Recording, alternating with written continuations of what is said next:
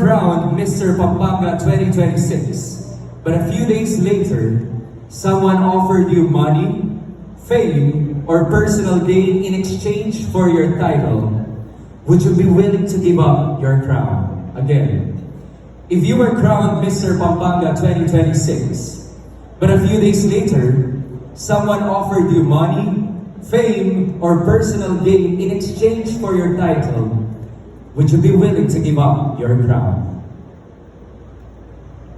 No.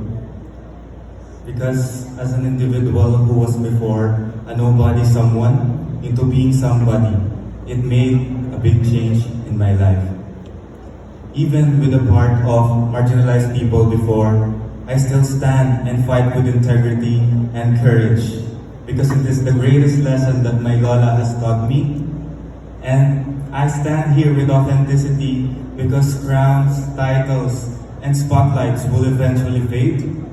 But the legacy that I live and the values that I uphold remains. As Mr. Pampanga, I know my reign will just be over for a year and there will be always a successor. But I am here to leave a legacy and a lasting impact that I am proud of the journey of my becoming because I'd rather lose with honor than win with compromise. Maya Pabehi, Pampanga.